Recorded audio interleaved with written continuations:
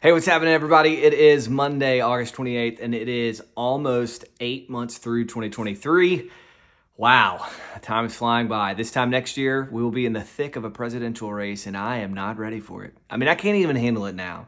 I'm not even prepared for what's going to happen this time next year. It's going to be a disaster. I'm not one that enjoys all the political rhetoric and the back and forth. It's overwhelming. It's annoying. But anyway, all right, let's talk about the market.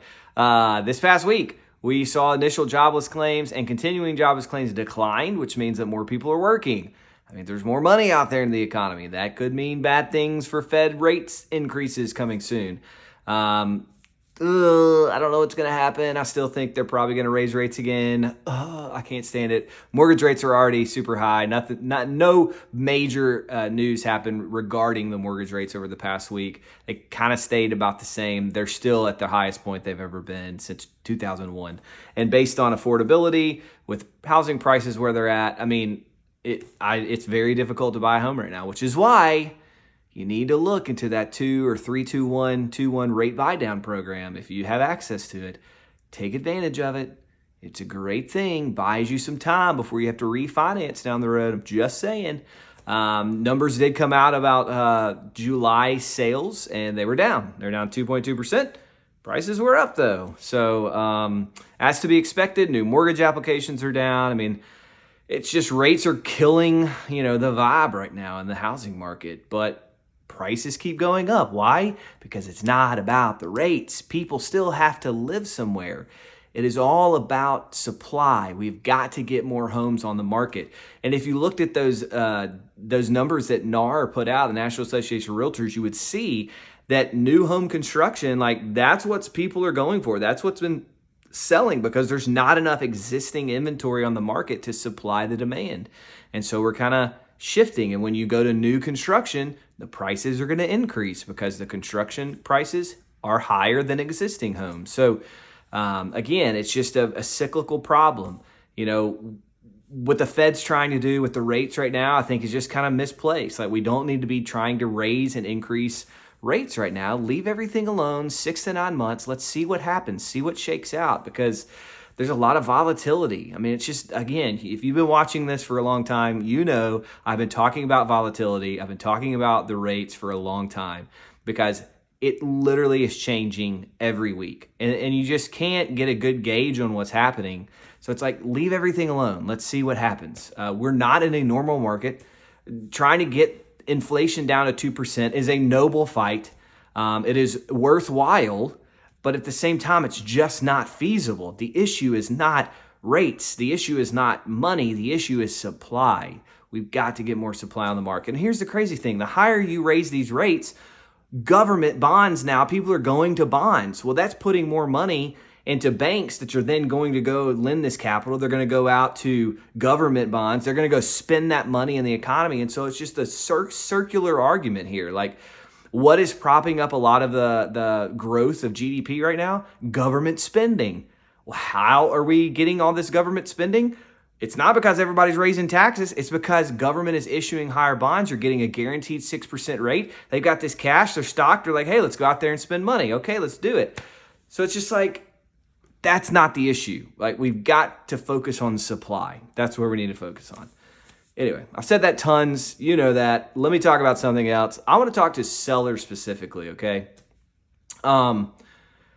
Sellers, don't lower your price right away. And I guess maybe I need to be talking to buyers first about this because it's really their issue.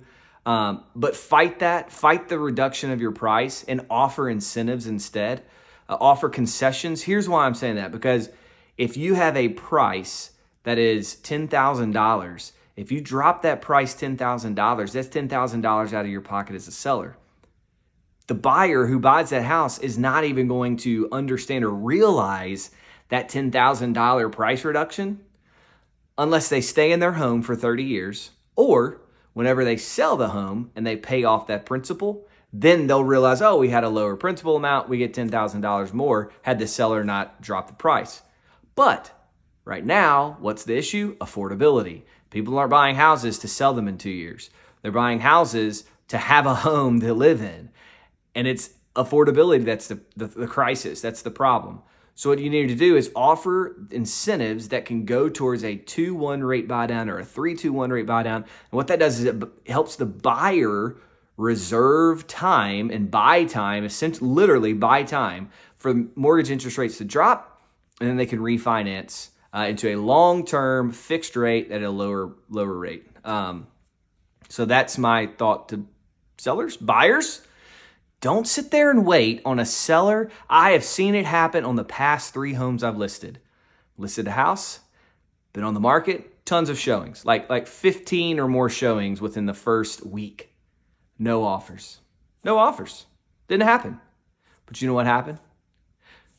I dropped the price on it. I didn't want to drop the price, but I understand you buyers. Y'all are out there sitting there thinking like, ooh, I'm going to get a price. I'm going to get a price reduction. I'm going to get a deal.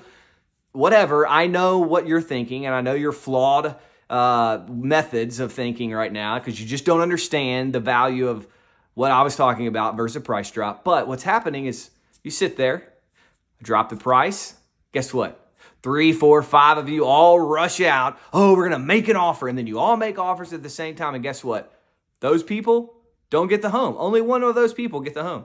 2, 3, 4 people offer. Only one person gets the home. Guess what that means? Had any of you other folks offered right when you saw the home, nobody else offered. You would have been able to offer at the house and you would have got it. You would have got it. Just make the offer. If you like the house, make the offer. No seller is selling their home right now unless they have to, because everybody's got low interest rates, so nobody wants to give that up. So if you see a home on the market and you like it, understand they're selling their home because they have to sell their home. They're selling their home, so make them an offer. If you think, oh, I'm going to get a good deal. Okay, well, guess what? Had you offered $5,000 less on that home when it first came on the market, you were the one now that has that home instead of the other person that beat you out because you waited around. Just make the offer. That's what you got to do. Like, that's how you get houses. You get 0% of the houses you don't offer on. So if you want to get a home and you're out there and you see something that fits your boat, floats your boat, whatever the saying is, offer on the house. Okay, good. Glad we're clear. Sellers, don't drop your price. Buyers, offer on the house. Let's make a deal. Come on. Thanks for tuning in. Hope you guys have a good week. We'll see you next week.